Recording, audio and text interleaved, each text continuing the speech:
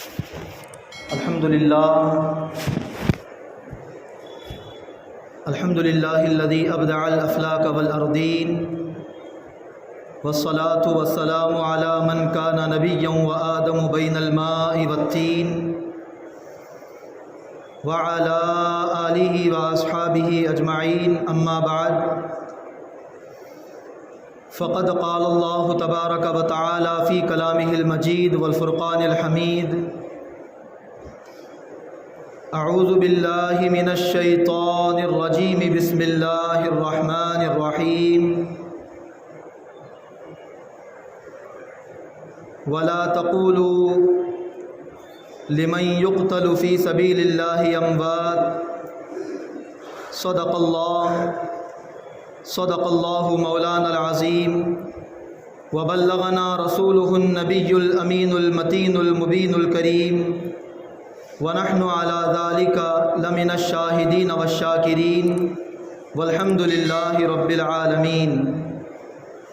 سبحانک لا علم لنا الا ما علمتنا انک انت العلیم الحکیم۔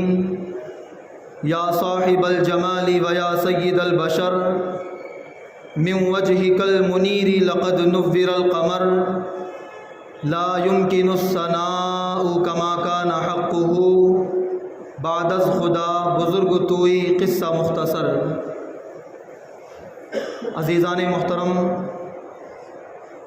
بزرگوں اور دوستوں، نوجوان ساتھیوں اور پیارے بچوں، آئیے کچھ کہنے اور سننے سے پہلے ہم اور آپ مل کر اپنی اور ساری کائنات کے مرکز عقیدت، رحمت عالم، نور مجسم، فخر عرب و عجم، جناب احمد مجتبی محمد مصطفیٰ ارواحنا فداہ صلی اللہ تعالی علیہ وسلم کے دربار پربہار میں اپنی غلامی کا ثبوت دیتے ہوئے ایک مرتبہ جھوم کر بآواز بلند درود پاک پڑھ لیں: اللہم صلی علی سیدنا و مولانا محمد کما تحب و ترضی بان تصلی علیہ، صلاۃ و سلاما علیکا یا سیدی یا حبیبی یا مکی مدنی یا رسول اللہ صلی اللہ تعالی علیہ وسلم۔ کونین میں بلند ہے رتبہ حسین کا، کونین میں بلند ہے رتبہ حسین کا، فرش زمیں سے عرش تک شہرا حسین کا، بے مثل ہے جہان میں کنبہ حسین کا، اور سلطان دو جہان ہے نانا حسین کا، سلطان دو جہان ہے نانا حسین کا۔ اور دو پل کی تھی بس حکومت یزید کی، دو پل کی تھی بس حکومت یزید کی، صدیاں حسین کی ہیں زمانہ حسین کا، صدیاں حسین کی ہیں زمانہ حسین کا۔ کون حسین؟ تمہید کا بالکل وقت نہیں ہے، بالکل اصل موضوع کی طرف میں آ رہا ہوں۔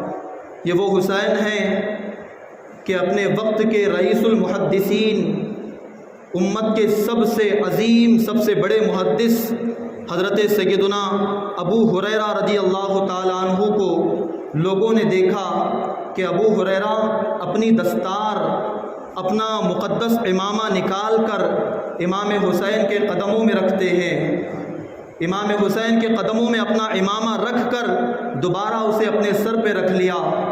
خود امام نے پوچھا کہ اے صحابی رسول، اے ابو ہریرہ، آپ ایسا کیوں کر رہے ہیں؟ اپنا امامہ میرے سر، اپنا امامہ میرے قدموں میں کس وجہ سے رکھتے ہیں؟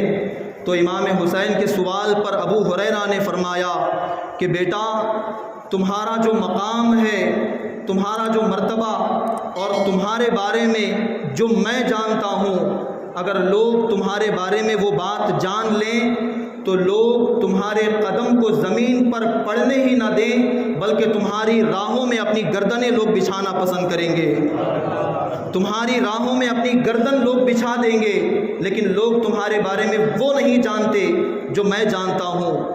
اور امت کے سب سے بڑے مفسر، رئیس المفسرین حضرت سیدنا عبداللہ ابن عباس رضی اللہ تعالیٰ عنہ لوگوں نے دیکھا کہ جب بھی امام حسین ان کے سامنے آئے اور جہاں بھی امام حسین نے اپنے جوتے اپنے نالین اتار دیے تو امت کے عظیم محدث جو رشتے میں حضرت امام حسین کے چچا بھی لگتے ہیں، امام حسین کے چچا بھی لگتے ہیں، امت کے اتنے بڑے مفسر ہیں، لیکن جہاں امام حسین نے اپنے جوتے اتارے لوگوں نے دیکھا کہ عبداللہ ابن عباس امام حسین کے جوتوں کو سیدھا کیا کرتے ہیں، ان کے جوتوں کی ترتیب سیدھی کرتے ہیں، اور جہاں امام سواری پر سوار ہو کے جانا چاہتے تو ایک خادم کی طرح، ایک غلام کی طرح امام کی سواری کی رسی پکڑ کے آگے آگے چلا کرتے تھے۔ یہ حضرت عبداللہ ابن عباس کا طریقہ امام حسین کے ساتھ تھا۔ اتنا ہی نہیں، ذرا اور آگے آئیے، وقت کے امیر المؤمنین جس کو دنیا نے سب سے پہلے امیر المؤمنین کا لقب دیا، حضرت سیدنا عمر فاروق اعظم 22 لاکھ مربع میل کے حکمران، جس کی حکمرانی میں آدھی دنیا تک اسلام کا پیغام پہنچ گیا، ایسا عظیم حکمران جن کے دور میں امت میں بہت زیادہ خوشحالی کا زمانہ آیا، حضرت فاروق اعظم نے تمام صحابہ اور مجاہدین کے لیے بیت المال سے وظیفہ مقرر کر دیا کہ فلاں صحابی کو اتنا پیسہ، فلاں صحابی کو اتنا روپیہ، مہینہ مہینہ سب کا ایک وظیفہ مقرر ہو گیا۔ سب سے زیادہ وظیفہ بدری صحابہ کا، یعنی وہ صحابہ جو جنگ بدر میں حضور کے ساتھ شریک تھے، ان کو سب سے زیادہ مہینے کا ہدیہ ملتا تھا، لیکن ان تمام صحابہ سے زیادہ ہر مہینہ 5,000 ہزار سونے کے سکے حضرت امام حسن اور حضرت امام حسین کو فاروق اعظم دیا کرتے تھے۔ جب یہ منظر خود حضرت فاروق اعظم کے بیٹے حضرت عبداللہ ابن عمر نے دیکھا تو پوچھا کہ ابا جان، حسن و حسین تو میری عمر کے ہیں، وہ تو بدر میں بھی شریک نہ تھے، اسلام کے لیے ان کی ایسی عظیم قربانیاں بھی نہیں ہیں، اس کے باوجود اتنی بڑی رقم، اتنا زیادہ مال ہر مہینہ آپ ان دونوں کو کیوں دیتے ہیں؟ اللہ اکبر، قربان جائیے۔ حضرت فاروق اعظم کی محبت اور نبی کے خاندان سے والہانہ عشق دیکھ کر دل مچل اٹھتا ہے۔ فاروق اعظم اپنے بیٹے کو خطاب کرتے ہوئے فرماتے ہیں، بیٹا زبان درازی نہ کرو، خاموش ہو جاؤ، یہ کوئی عام معاملہ نہیں ہے۔ اے میرے بیٹے بتاؤ، کیا تمہارے پاس حسن و حسین کے جیسا نانا موجود ہے؟ کیا تمہارے پاس ان دونوں کی جیسی نانی موجود ہے؟ لاؤ، اگر تمہارے پاس ان کے بابا جیسا کوئی بابا ہو، ان کی ماں جیسی کوئی ماں ہو، ان کی خالہ جیسی کوئی خالہ ہو، ان کے ماموں جیسا تمہارے پاس کوئی ماموں ہو تو لاؤ، اگر نہیں لا سکتے تو خاموش ہو جاؤ، اس لیے کہ ان تمام رشتوں کا سنگم جب بن جاتا ہے تب کہیں جا کر زمانے کو حسن و حسین نصیب ہو جاتے ہیں، جب جا کر امام حسن اور امام حسین جیسا رتبہ ملتا ہے۔ یہ فاروق اعظم نے دنیا والوں کو بتا دیا کہ حسن و حسین کا رتبہ کیا ہے۔ ذرا اور آگے آئیے، میرے آقا مصطفیٰ جان رحمت صلی اللہ علیہ وسلم ممبر پر رونق افروز ہوئے، خطبہ ارشاد فرمانے لگے اور صحابہ سے خطاب کرتے ہوئے پوچھا کہ اے میرے صحابہ، آج کیا میں تمہیں ایسے شخص کا پتہ نہ بتا دوں، ایسے لوگوں کے بارے میں نہ بتاؤں جو ماں باپ کے اعتبار سے بھی سب سے افضل ہوں، جو خالہ کے اعتبار سے، ماموں کے اعتبار سے بھی سب سے افضل ہوں، جو نانا اور نانی کے اعتبار سے بھی سب سے افضل ہوں؟ صحابہ نے عرض کی یا رسول اللہ ہمیں ضرور بتائیں۔ تو حضور نے فرمایا ایسے لوگ امام حسن اور امام حسین ہیں جو ہر اعتبار سے، ہر رشتے کے اعتبار سے سب سے بہتر ہیں۔ اے میرے صحابہ، اگر حسن و حسین کے نانا کو دیکھنا چاہتے ہو تو مجھ محمد مصطفیٰ کو دیکھ لو، اگر ان کی نانی کو دیکھنا چاہتے ہو تو خدیجۃ الکبریٰ کو دیکھ لو، اگر ان کی خالہ کو دیکھنا چاہتے ہو تو میری شہزادی زینب، رقیہ اور ام کلثوم کو دیکھ لو، ان کے ماموں کو دیکھنا چاہتے ہو تو میرے شہزادے قاسم و ابراہیم کو دیکھ لو، اگر ان کی ماں کو دیکھنا چاہتے ہو تو میری شہزادی خاتون جنت فاطمہ کو دیکھ لو، اگر ان کے باپ کو دیکھنا چاہتے ہو تو علی کے مرتضیٰ مولا کائنات شیر خدا حضرت علی کا نظارہ کر لو۔ سبحان اللہ، کیا شان ہے ان حسنین کریمین کی، ہر رشتے کے اعتبار سے بے مثال، نہ ان جیسا ماموں کسی کے پاس، نہ ان جیسی خالہ کسی کے پاس، نہ ان جیسی ماں خاتون جنت کسی کے پاس، نہ ان جیسے باپ مولا کائنات کسی کے پاس، نہ ان جیسی نانی خدیجۃ الکبریٰ ان کے کسی کے پاس، نہ ان جیسا نانا محمد مصطفیٰ کسی کے پاس ہے۔ سبحان اللہ، کیا شان ہے امام حسین کی۔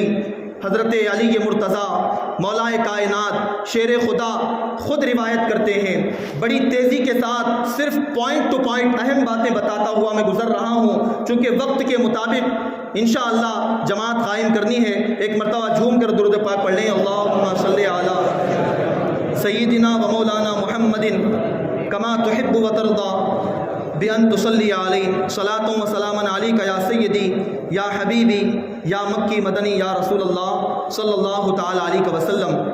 حضرت علی مرتضیٰ مولا کائنات خود فرماتے ہیں کہ میرا بیٹا حسن سر سے لے کر سینے تک حضور سے سب سے زیادہ مشابہت رکھتا ہے۔ توجہ سے سنیں، سر سے لے کر سینے تک میرا بیٹا حسن حضور کے ساتھ مشابہت رکھتا ہے، یعنی حضور کے جیسا لگتا ہے، اور میرا چھوٹا بیٹا حسین سینے کے نیچے سے لے کر پیروں تک حضور کی طرح لگتا ہے۔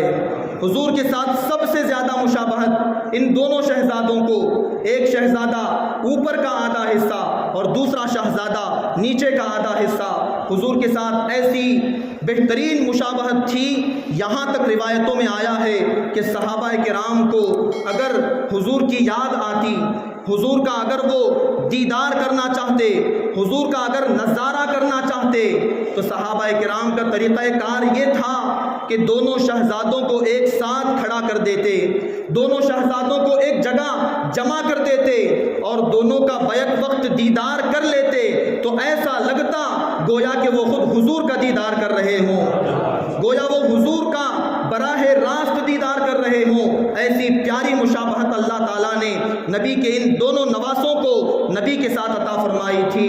اور یہ مشابہت صرف ایسی ہی مشابہت نہیں ہے، آج کا ہمارا عنوان شہادت عظمیٰ، یعنی دنیا جب سے بنی ہے اس وقت سے لے کر آج تک اور آج سے لے کر قیامت تک دنیا کے اندر جتنی بھی شہادتیں ہوئی ہیں، جتنے بھی شہداء راہ حق میں راہ خدا میں شہید ہوئے، ان تمام شہادتوں میں سب سے عظیم ترین شہادت کا نام شہادت عظمیٰ ہے، سب سے عظیم شہادت کا نام شہادت امام حسین ہے، اسی لیے امام حسین کو سید الشہداء بھی کہا جاتا ہے۔ اور اسی شہادت کے تناظر میں آج ایک اہم نکتہ بھی بیان کرتا ہوا چلوں گا۔ شہادت ذرا تصور کریں، اللہ تبارک و تعالیٰ نے اپنے نبی کو نبوت عطا فرمائی، رسالت عطا فرمائی، لیکن اللہ تعالیٰ نے براہ راست حضور کو بظاہر میدان کربلا میں یا پھر کسی میدان جنگ میں اللہ نے حضور کو شہادت نہیں عطا فرمائی، شہادت نہیں عطا فرمائی۔ وہ کیوں؟ میں سمجھتا ہوں وہ اس لیے کہ شہادت ایک ایسا مقام ہے جو عام انسان کو مل جائے یا کسی غیر نبی کو مل جائے تو اس کا مقام بلند و بالا ہو جاتا ہے، لیکن میرے آقا کا مقام اتنا اونچا، اتنا عرفہ و اعلیٰ، اتنا بلند و بالا کہ اگر شہادت کا مقام میرے آقا کو مل جاتا تو میرے آقا کا مقام نہیں بلکہ شہادت کی عزت میں، شہادت کی عظمت میں، شہادت کے مقام میں اللہ تعالیٰ چار چاند لگا دیتا۔ اللہ نے براہ راست حضور کو شہادت نہیں عطا فرمائی، لیکن حضور کے دو شہزادے حسن و حسین کی شہادت میں در حقیقت ہمارے آقا کی شہادت موجود ہے، ہمارے آقا کی شہادت موجود ہے۔ وہ کس طرح؟ شہادتیں دو طرح کی ہوئیں، ایک شہادت سریہ، ایک شہادت جہریہ۔ شہادت سریہ یعنی چھپی ہوئی شہادت۔ میرے آقا کو مقام خیبر میں، خیبر نام کے علاقے میں ایک خاتون زینب بنت حارث نے بکری کے گوشت میں زہر ملا کر دے دیا، میرے آقا نے وہ گوشت کھا لیا، زہر اس وقت اگرچہ اثر نہیں کیا، میرے آقا خود فرماتے ہیں کہ اس زہر کا اثر زندگی کے آخری لمحات تک موجود رہا۔ حضور کو زہر دیا گیا، اور ایک بات یقین کے ساتھ یہ بھی ہے کہ جس شخص کو زہر دے دیا جائے اور زہر کھا کر اگر اس کا انتقال ہو جائے تو اللہ تعالیٰ اسے مرتبہ شہادت عطا فرماتا ہے، اللہ اسے شہادت کی موت عطا فرماتا ہے۔ تو میرے آقا کی سری شہادت چھپی ہوئی شہادت خیبر سے شروع ہوئی جہاں حضور کو زہر دیا گیا، اور ختم کہاں ہوئی؟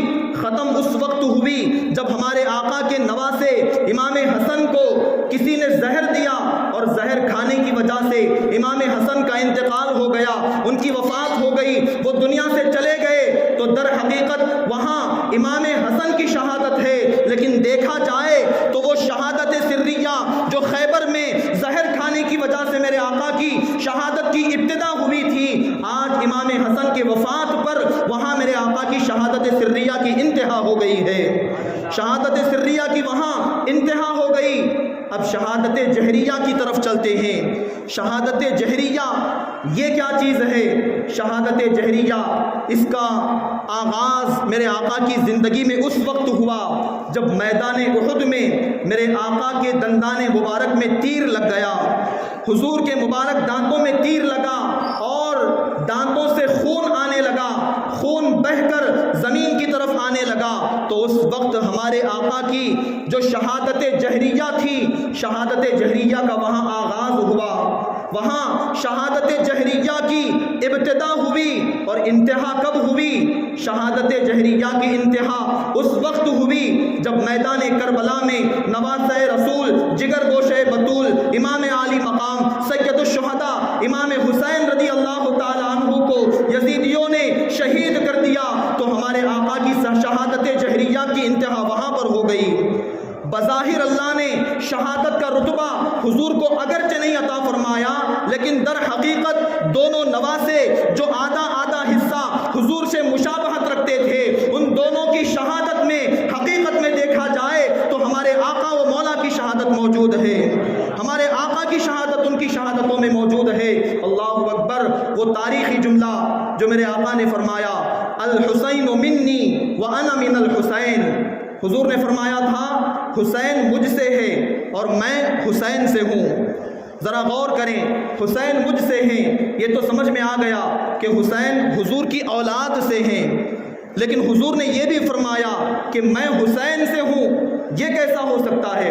بچہ اپنے باپ دادا سے ہوگا، لیکن باپ دادا بچے سے کیسے ہو سکتا ہے؟ یہ بات قابل غور ہے۔ اب تک تو سنتے آئے کہ میں حسین سے ہوں، حسین مجھ سے ہیں، اس کی حقیقت کیا ہے؟ آج انشاءاللہ اس حقیقت سے بھی پردہ اٹھانے کی کوشش کروں گا۔ میرے آقا نے فرمایا حسین مجھ سے اور میں حسین سے۔ ذرا ایک مثال سے سمجھاتا ہوں۔ ایک درخت، ایک بیج آپ لے لیجئے، بیج لے کر زمین میں ڈال دیجئے، جب اس بیج میں سے پودا نکلے گا، پودا نکلے گا، پودا نکلنے کے بعد وہی بڑا درخت بنے گا، اور وہی درخت جب بڑا ہوگا تو اس پر پھل لگ جائے گا۔ اب آپ کہیں گے کہ یہ پھل اس بیج سے ہے، یہ پھل اس بیج سے ہے۔ یہ تو بات سمجھ میں آ گئی کہ یہ پھل اسی بیج کی وجہ سے اگا ہے، اسی بیج کی وجہ سے آیا۔ اگر کوئی یہ کہے کہ یہ بیج اس پھل کی وجہ سے ہے، یہ بیج اس پھل کی وجہ سے ہے، تو یہ کیسے ہو سکتا ہے؟ یہ تو سمجھ میں نہیں آیا۔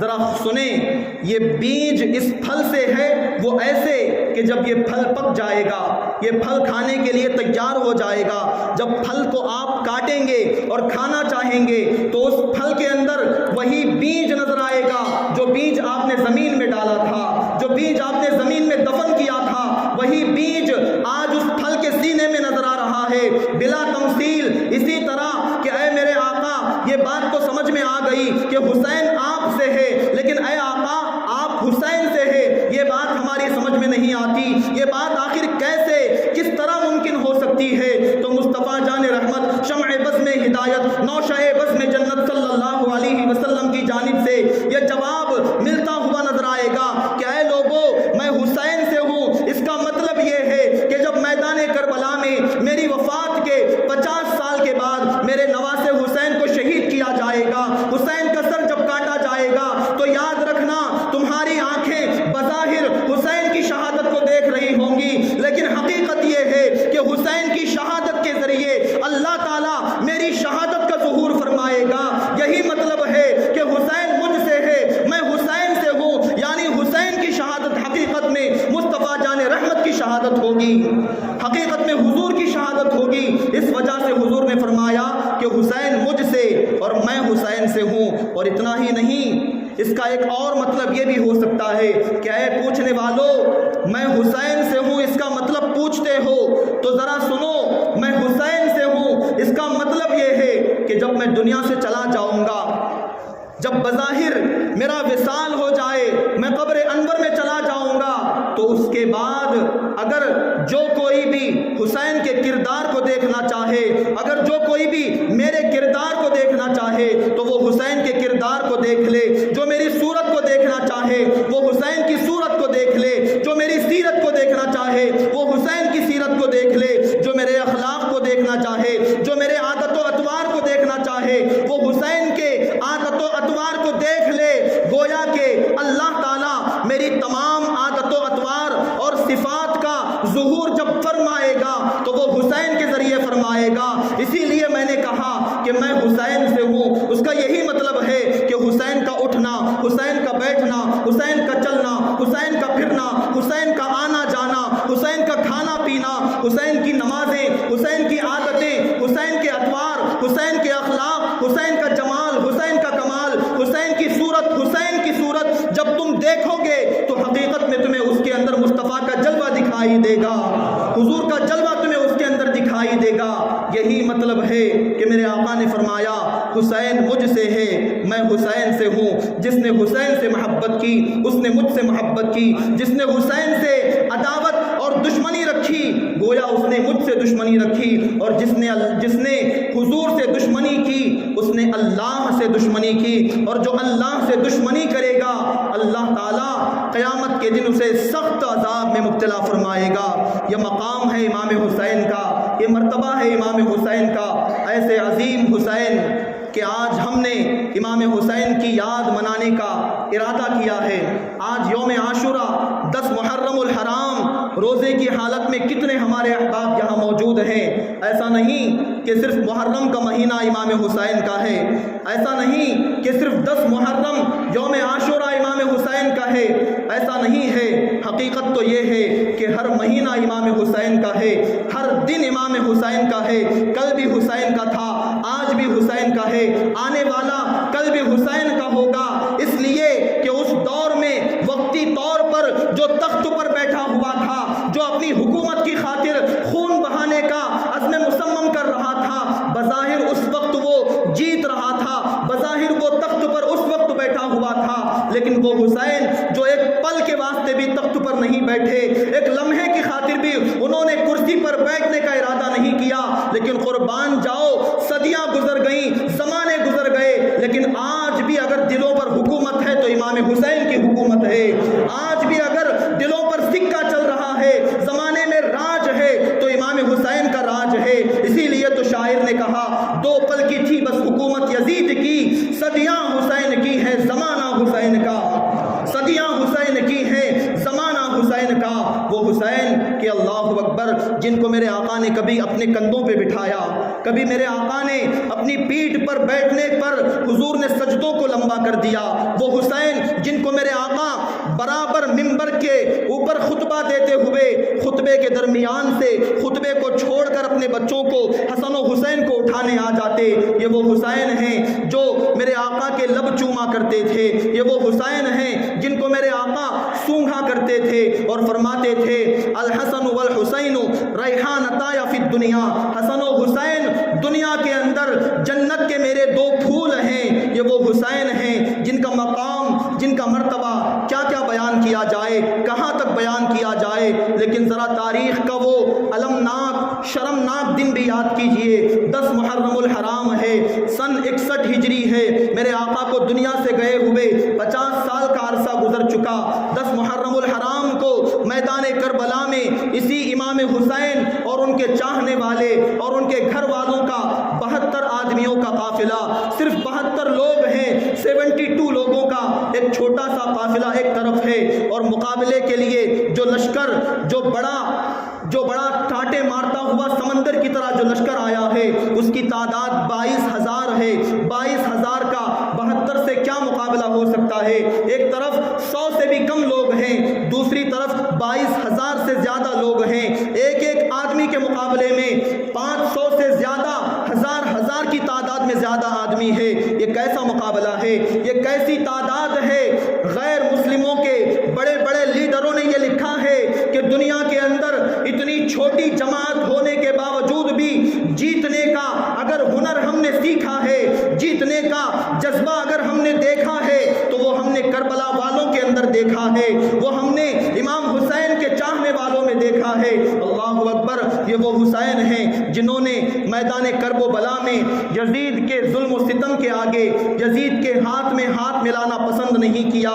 دنیا والے اپنا سر بچانے کی خاطر ہاتھ آگے بڑھا دیتے ہیں، اے حسین تم پہ قربان جاؤ، تم نے اپنا ہاتھ بچانے کی خاطر سر کو قربان کر دیا، تم نے سر کو قربان کر دیا۔ 3 دن کی پیاس ہے، 3 دن کی بھوک ہے، پانی کا ایک قطرہ بھی کربلا والوں کے خیموں میں جان لے جانے کی اجازت نہیں ہے۔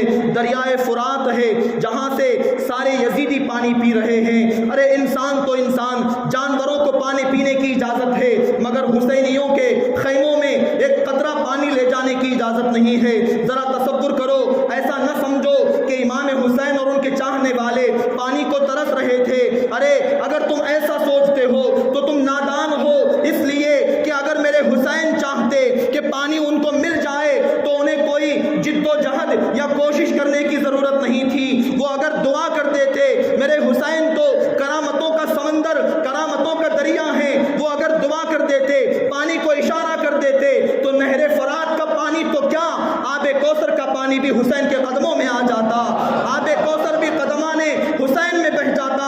لیکن وہ امتحان کی گھڑی تھی، میرے حسین نے نہ کرامت دکھائی نہ دعا مانگی، بلکہ وہ ایک پہاڑ کی طرح ڈٹے رہے۔ اللہ اکبر، ذرا تصور تو کرو، شاعر نے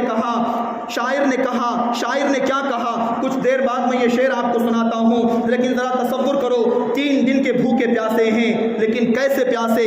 اللہ اکبر، شاعر کہتا ہے محمد مصطفیٰ کے باغ کے سب پھول ایسے ہیں، محمد مصطفیٰ کے باغ کے سب پھول ایسے ہیں جو بن پانی کے تر رہتے ہیں مرجھایا نہیں کرتے، جو بن پانی کے تر رہتے ہیں مرجھایا نہیں کرتے۔ ارے یہ وہ حسین کا گھرانہ ہے کہ اللہ اکبر، شاعر نے کہا علی کا گھر بھی وہ گھر ہے کہ جس گھر کا ہر بچہ جسے دیکھو وہی شیر خدا معلوم ہوتا ہے، جسے دیکھو وہی شیر خدا معلوم ہوتا ہے۔ ایسا عظیم گھرانہ، وقت آیا باری باری ایک ایک کر کے حسین کے چاہنے والوں نے سر کٹا دیے، حسین کے گھر والوں کی باری آئی، وہب نے سر کٹایا، امام قاسم نے سر کٹایا، عباس علمدار نے اپنے دونوں ہاتھ کٹائے، پھر ان کا بھی سر کاٹ دیا گیا۔ وقت آیا امام حسین کے بھائی کے لڑکوں نے بھی سر کٹا دیا، یہاں تک کہ جب وقت آیا امام حسین کا چھوٹا سا بچہ 6 مہینے کا علی اصغر، ذرا تصور تو کرو، جس کا 6 مہینے کا بچہ ہو، جب وہ بچے کے چہرے کو دیکھتا ہو، بچے کی مسکراہٹ کو دیکھتا ہو تو باپ کا کلیجہ پھول جاتا ہے، باپ کا سینہ خوشحال ہو جاتا ہے۔ امام حسین کا بھی بچہ تھا، 6 مہینے کا بچہ تھا۔ امام نے اس بچے کو لے جا کر یزیدیوں کو دکھاتے ہوئے کہا، او بدبختو یزیدیو، ذرا دیکھو تمہاری دشمنی میرے ساتھ ہے، یزید کے ہاتھ میں ہاتھ میں نے نہیں دیا، جو کرنا ہو میرے ساتھ کر لو، اس 6 مہینے کے بچے کو تو پانی کے چند گھونٹ پلا دو۔ اللہ اکبر، پانی کے چند گھونٹ کا مطالبہ کیا تو یزیدیوں کی جانب سے ایک ظالم نے کس کے ایک تیر پھینکا، وہ تیر آیا تو ایسا آیا کہ حضرت امام علی اصغر کے گلے میں سے نکلتا ہوا امام حسین کے ہاتھ میں وہ تیر چلا گیا، امام حسین کے ہاتھ میں وہ تیر پیوست ہو گیا۔ جس کے ہاتھوں میں اس کا 6 مہینے کا بچہ دم توڑ دے تو اس باپ کا حال کیا ہوگا، اس باپ کا حال، وہ بھی موت کیسی، معمولی اور طبعی موت نہیں، بلکہ تیر لگنے کی وجہ سے گلے کے اندر سے تیر آر پار ہو جائے، کتنا دردناک وہ منظر ہوگا۔ میں تو کہوں گا کہ اگر کوہ ہمالا جیسا پہاڑ بھی اگر وہاں ہوتا تو وہ بھی ڈگمگا جاتا، لیکن قربان جاؤ عظمت حسین پر، امام حسین کے پیروں میں ذرا بھی لفزش نہیں آئی، وہ ڈٹ کر کھڑے رہے، وہ سامنے سینہ دکھاتے رہے اور اس خون کو، اپنے بچے کے خون کو آسمان میں اچھال کر کہا، اللہم ربنا تقبل منا ھذا القربان، اے اللہ تو گواہ رہنا کہ میں نے 6 ماہ کے بچے علی اصغر کو بھی تیرے نام پہ قربان کر دیا ہے، اے اللہ میں نے 6 مہینے کے بچے کو بھی تیرے نام پہ، تیرے دین کے نام پہ، مصطفیٰ کی عظمت کے نام پہ قربان کر دیا۔ اللہ اکبر، کچھ دیر کے بعد دوبارہ ضرورت محسوس ہوئی تو امام حسین کا جوان بیٹا جس کی عمر 18 سال کی ہے، علی اکبر جن کا نام ہے، جن کو ہم شبیہ مصطفیٰ کہا جاتا ہے، جن کے جمال میں حضور کا جمال نظر آتا تھا، امام حسین نے اپنے اس بچے کو بھی قربان کر دیا، وہ بچہ بھی امام حسین نے لٹا دیا۔ سارے گھرانے والے جتنے مرد حضرات تھے سوائے امام زین العابدین کے سب قربان ہو گئے۔ ذرا تصور تو کرو، 71 لاشیں امام حسین اٹھا کے لائے ہیں، 72 لوگوں میں سے امام تنہا باقی ہیں، 71 لاشیں اٹھا کے لائے ہیں۔ اب میدان میں جانے کی امام کی باری ہے۔ حضرت زینب رضی اللہ تعالی عنہا جن کی ہمت پر ہم کیا کہیں، ہم ان کی ہمت کو سلام کرتے ہیں۔ ساری دنیا کے مردوں کی ہمت کو امام حسین کی بہن حضرت زینب کی ہمت پہ قربان کر دیا جائے تب بھی کم ہے۔ حضرت زینب نے اپنے بھائیوں کے لاشیں دیکھے، بھانجوں کے لاشیں دیکھے، بھتیجوں کے لاشیں دیکھے، حتیٰ کہ اپنے سگے، اپنی جان سے زیادہ پیارے اپنے دونوں بیٹے اون و محمد کو بھی امام کے نام پہ انہوں نے قربان کر دیا۔ عزم و ہمت اور استقلال کا وہ پہاڑ بن کے کھڑی رہیں، لیکن جب امام میدان میں جانے لگے تو وہ بھی، ان کا صبر بھی جواب دینے لگا، ان کی ہمت بھی جواب دینے لگی۔ امام حسین نے ان کو سمجھایا، الوداع کہہ کر اب امام میدان میں جا رہے ہیں، میدان کربلا میں جا رہے ہیں۔ گویا کہ یزیدیوں کے لشکر سے، زبان حال سے یہ آواز آ رہی ہے، یہ کون ذی وقار ہے، بلا کا شہر سوار ہے، لباس ہے پھٹا ہوا، یہ جسم ہے لباس ہے پھٹا ہوا، یہ جسم ہے اٹا ہوا، یہ جسم نازنی جگہ جگہ کٹا ہوا، یہ بالیقین حسین ہے، نبی کا نور عین ہے، یہ فاطمہ کا چین ہے۔ یہ آوازیں گونج رہی ہے۔ یزیدیوں کے درمیان تنے تنہا امام حسین اپنے گھوڑے پر سوار ہو کر میدان میں اتر پڑے۔ کون ہے جو تنہا امام کے سامنے تنے تنہا مقابلہ کرنے آئے؟ کسی کی ہمت نہیں ہے کہ اس بھپرے ہوئے شیر کے سامنے جو بظاہر 3 دن کا بھوکا پیاسا ہے، لیکن کسی اکیلے کی ہمت نہیں کہ جا کے امام کا مقابلہ کر سکے۔ ظالموں نے یک بار ہی حملہ کیا، چاروں طرف سے تیر برسائے گئے، چاروں طرف سے نیزے مارے گئے، تلواروں کے حملے کیے گئے۔ اللہ اکبر! وہ تنہا، وہ نازک سا جسم، جس جسم کو بچپن میں میرے آقا اپنے کندھوں پہ بٹھاتے تھے، جس کے لبوں کو میرے آقا اپنے لبوں سے چوما کرتے تھے، جس کی خوشبو کو میرے آقا جنت کا پھول فرما کر سونگھا کرتے تھے، اس پھول جیسے بدن پر 113 یا اس سے زیادہ تیروں کے زخم لگے ہوئے ہیں، 30 پر 3 تلواروں کے زخم ہے، 30 پر 4 نیزوں کے زخم لگے ہوئے ہیں۔ نڈھال ہو کر ایک طرف امام کا سر نیچے آ گیا، وہ سواری سے نیچے گر گئے۔ جب سواری سے نیچے گرنے لگے تو ذرا تصور تو کریں، ایک طرف 71 لاشیں اٹھانے کا بوجھ اپنی جگہ ہے، ایک طرف تو امام پر خواتین اسلام کے پردے کا خیال ہے، ایک طرف پورے جسم پر زخم ہی زخم ہے، پورا جسم خون آلود ہے، پورے جسم سے خون بہ رہا ہے۔ ایسی حالت میں جب زمین پر آئے تو عین نماز کا وقت تھا، سر سجدے میں رکھ دیا، سجدے میں سر رکھ کر اللہ کی بارگاہ میں کیوں ارشاد فرمایا، اللہم رضن بقضائک و صبرا علی بلائک و تسلیما لامرک سبحان ربی الاعلی۔ امام نے فرمایا، اے اللہ تیری آزمائش پر میں صبر کرتا ہوں، اے اللہ تو نے جو تقدیر میں لکھا ہے میں اس تقدیر پر راضی ہوں، اے اللہ میں نے اپنا سب کچھ تیرے نام پر، تیرے حکم پر، تیرے نبی کے نام پر لٹا دیا، اے اللہ اب میں تجھ سے راضی ہوں، اور تو بھی بتا دے کہ تو حسین سے راضی ہوا کہ نہیں ہوا، تو حسین سے خوش ہوا کہ نہیں ہوا۔ تو گویا کہ زبان حال سے وہاں پر ایک آواز آئی کہ اس نواسے پر محمد مصطفیٰ کو ناز ہے، اس نواسے پر محمد مصطفیٰ کو ناز ہے، اس کی ہمت پر علی شیر خدا کو ناز ہے۔ ارے سجدے تو سب نے کیے پر تیرا الگ انداز ہے، تو نے وہ سجدہ کیا جس پر خدا کو ناز ہے، تو نے وہ سجدہ کیا جس پر خدا کو ناز ہے۔ نہ مسجد میں نہ بیت اللہ کی دیواروں کے سائے میں نماز عشق ادا ہوتی ہے تو تلواروں کے سائے میں، نماز عشق ادا ہوتی ہے تو تلواروں کے سائے میں۔ مرد حق باطل کے آگے مات کھا سکتے نہیں، سر کٹا سکتے ہیں لیکن سر جھکا سکتے نہیں، سر جھکا سکتے نہیں۔ امام حسین نے قیامت تک آنے والے یزید جیسے مزاج کے لوگوں کو بتا دیا کہ اے یزیدیو، حسین اور حسینیوں کا سر کٹ تو سکتا ہے لیکن لیکن تم جیسے ظالموں کے سامنے کبھی جھکنے کو تیار نہیں ہوگا. سر ہمارا جھکنے کو تیار نہیں. تم چاہے تو سر کاٹ لو, تم چاہے تو کچھ بھی کر لو, لیکن ہمارا سر جھکانے کی طاقت تمہارے اندر نہیں ہے. یہ سر جھکا ہے تو صرف خدا کے آگے جھکا ہے, اور کبھی بھی جھکے گا تو صرف خدا کے آگے جھکے گا. ایسے عظیم سر کا نام امام حسین رضی اللہ تعالیٰ عنہ ہے, اور ایسی عظیم شہادت کو دنیا شہادت عظمیٰ کے نام سے یاد کرتی ہے. یہ وہ شہادت عظمیٰ ہے کہ جس شہادت کے اندر در حقیقت ہمارے آقا و مولا کی شہادت موجود ہے. میرے آقا کی شہادت جہریہ کی انتہا میدان کربلا میں ہوئی ہے. اللہ اکبر. ایسے عظیم امام کی شہادت کا دن 10 محرم الحرام کو ہے. دنیا آج بھی یاد رکھی ہے, اور قیامت تک امام حسین کا تذکرہ ہوتا رہے گا. ان کی قربانیوں کو لوگ یاد کرتے رہیں گے, ان کا ذکر خیر ہوتا رہے گا. آج بھی امام حسین کا مزار میدان کربلا میں لاکھوں لوگوں کے ہجوم کے اندر موجود ہے.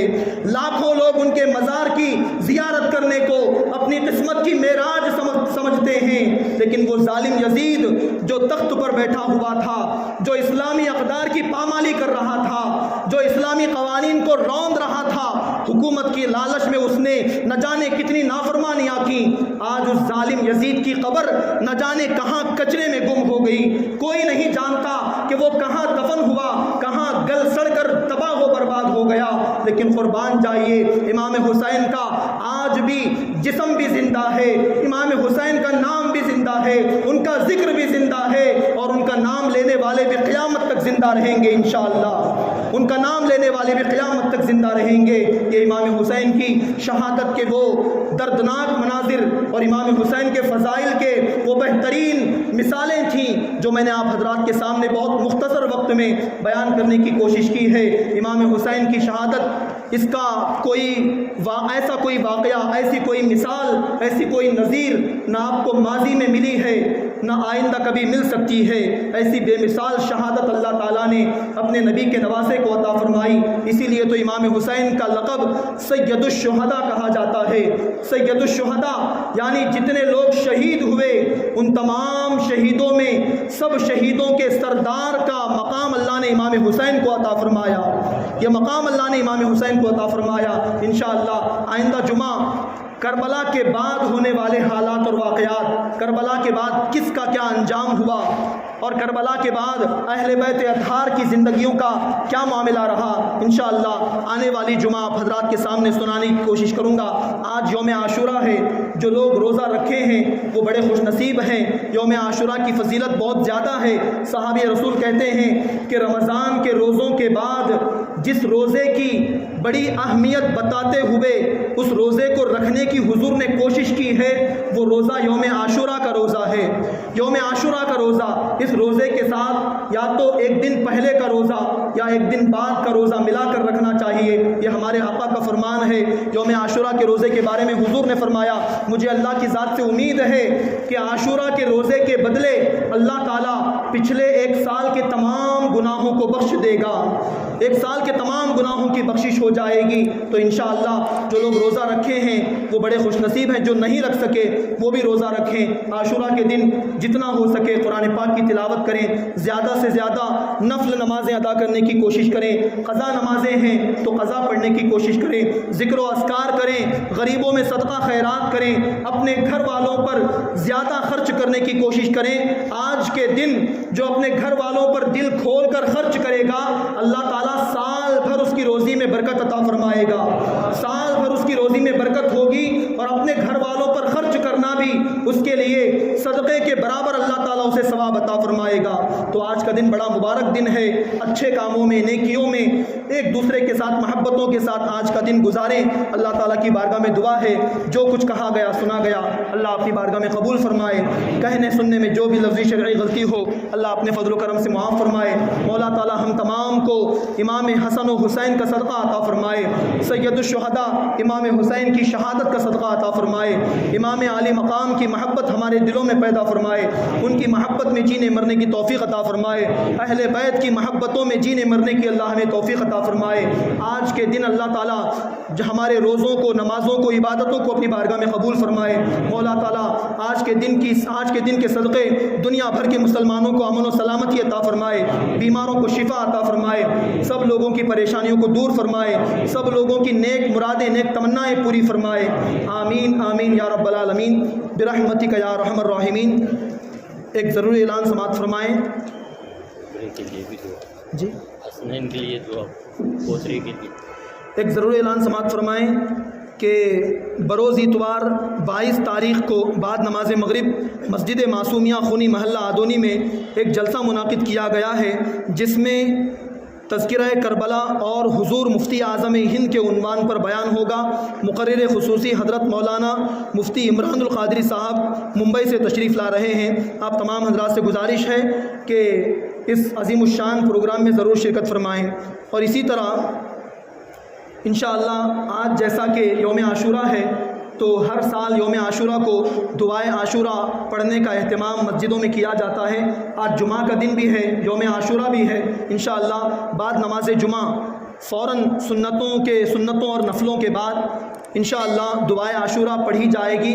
آپ تمام حضرات اچھے ارادے اور اچھی نیتوں کے ساتھ یہ نیت لے کر سنیں کہ اس دعا کی برکت سے اللہ تعالیٰ سال بھر میں ہر طرح کے حادثات سے ہمیں بچائے گا، سال بھر اللہ تعالیٰ ہر طرح کی آفتوں سے، بلاؤں سے، مصیبتوں سے ہماری حفاظت فرمائے گا، پریشانیوں سے اللہ نجات عطا فرمائے گا۔ دعا کا کوئی سائیڈ ایفیکٹ نہیں ہوتا، ہر دعا برکت والی دعا ہوتی ہے۔ یہ دعا بھی ایک برکت والی دعا ہے۔ بلاؤں سے، مصیبتوں سے، حادثوں سے اللہ تعالیٰ اس دعا کے بدلے میں انشاءاللہ سب کو محفوظ فرمائے گا۔ تو نماز کے بعد فوراً دعائے عاشورہ بھی پڑھی جائے گی، اس کے بعد خصوصی دعا ہوگی، اس کے بعد انشاءاللہ صلاۃ و سلام ہوگا۔ آپ تمام حضرات سے گزارش ہے کہ آخر تک بیٹھ کر دعائے عاشورہ میں ضرور شرکت فرمائیں۔ اللہ تعالیٰ سے دعا ہے کہ مولا تعالیٰ ہم تمام کی کوششوں کاوشوں کو اپنی بارگاہ میں قبول فرمائے۔ جنہوں نے دعاؤں کی گزارش کی ہے مولا ان کی دعاؤں کو قبول فرمائے۔ اور اللہ تعالیٰ بالخصوص دعا ہے کہ بچہ محمد حسنین سخت بیمار ہے، اللہ تعالیٰ اسے شفا عطا فرمائے۔ وہ ہاسپٹل میں زیر علاج ہے، اللہ تعالیٰ اسے صحت یابی عطا فرمائے۔ ان کے تمام گھر والوں، خاندان والوں کو خیریت و عافیت عطا فرمائے۔ ہمارے گھروں میں جو بیمار ہے اللہ سب کو شفا عطا فرمائے۔ آمین یا رب العالمین برحمتک یا ارحم الراحمین۔ وآخر دعوانا ان الحمد للہ رب العالمین۔